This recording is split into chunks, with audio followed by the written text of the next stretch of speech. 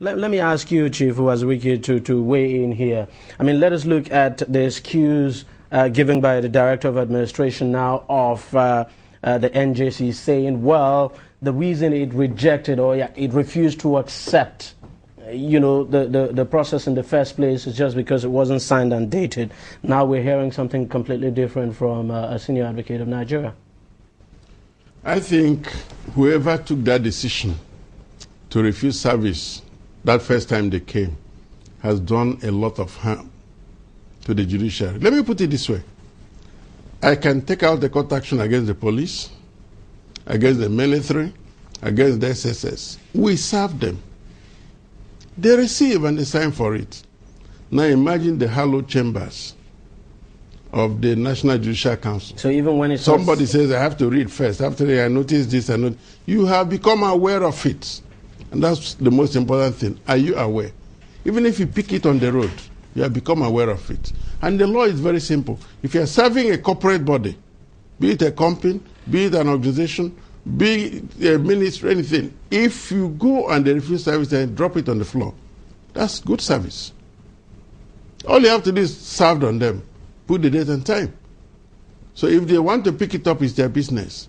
But this is not the first time NJC is being sued by anybody. They're used to court cases. So by this time... But this, it's not good. I mean, even if the NJC is used to court cases, it's definitely not good. It's not a positive development. It doesn't say anything good at all about the image of the judiciary. It's a shameful act. That's the only way. It is a disgraceful act for anybody working in that office to simply sit down and decide whether to accept service or not. It's not his business. Your own job is receive it, brief your lawyers. Your lawyers can go and ask that everything is set aside, including service, including issuance, and the court will oblige you. But remember Ojukwu and the governor of Lagos State. I think that was Raji Rasaki's time as executive. 29 Queen's Drive, the Velasca Lodge.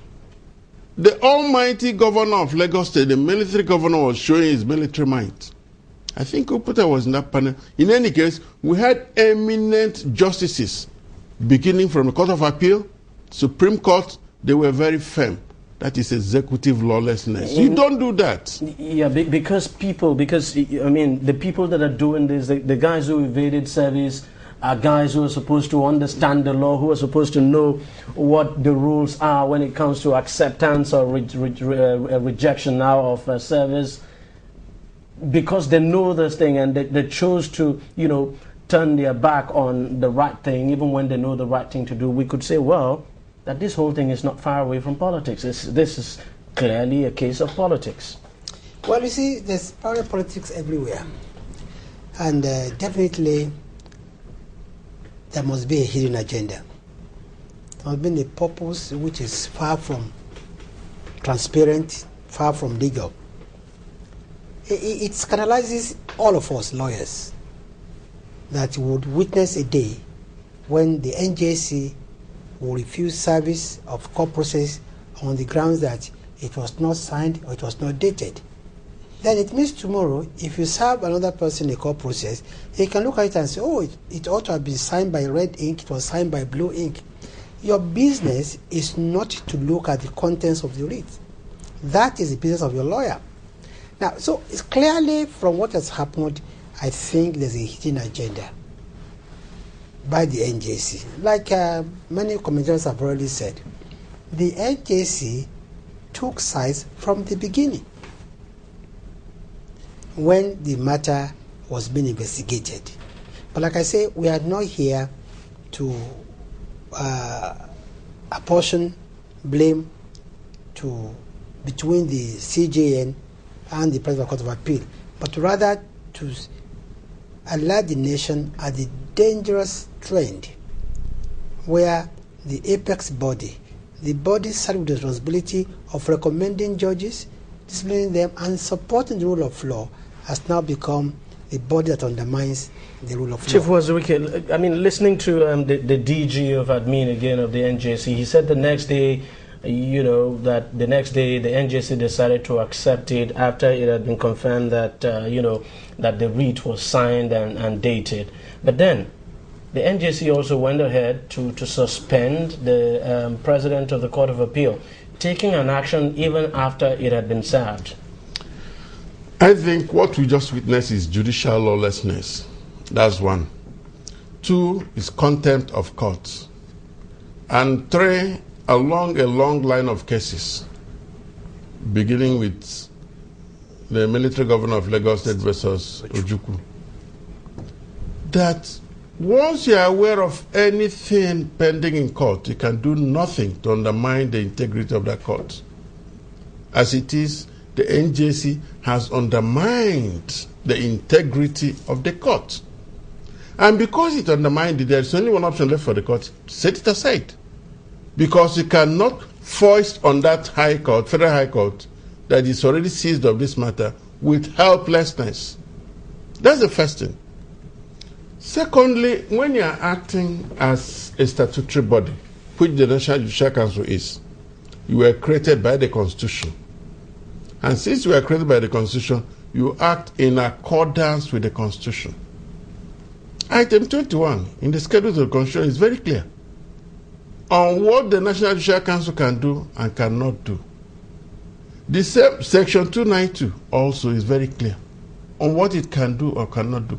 Section 238 of the same Constitution established the President of the Court of Appeal. This is the Court of Appeal. This is the process of appointing him.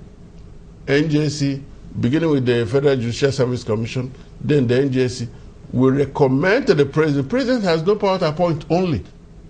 All he has to do is to send his name for confirmation by the Senate. When that is done, the President of the Court of Appeal will be sworn in and he starts performing. And if you watch how they move, they have distinct offices. They don't go into, oh, I stop you, I don't stop you, as one-on-one. No. You sit as a court, and then thing you're doing is called ex cathedra.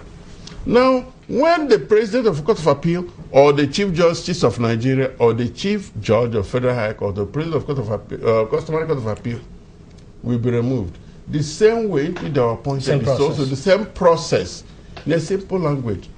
All that the National Judicial Council can do as enshrined in the Constitution. In fact, in 2 places, Section 292 and then that item 21, is to recommend to the President. The President cannot remove the President of the Court of Appeal. In this case, they've announced the suspension and also asked him to hand over. That's the funny part of it. Now, the President of Nigeria cannot remove the Chief Justice of Nigeria, cannot remove the President of the Court of Appeal, cannot remove the Chief Judge. All he has to do is to send a letter to the Senate informing them of the reasons why he wants this man removed.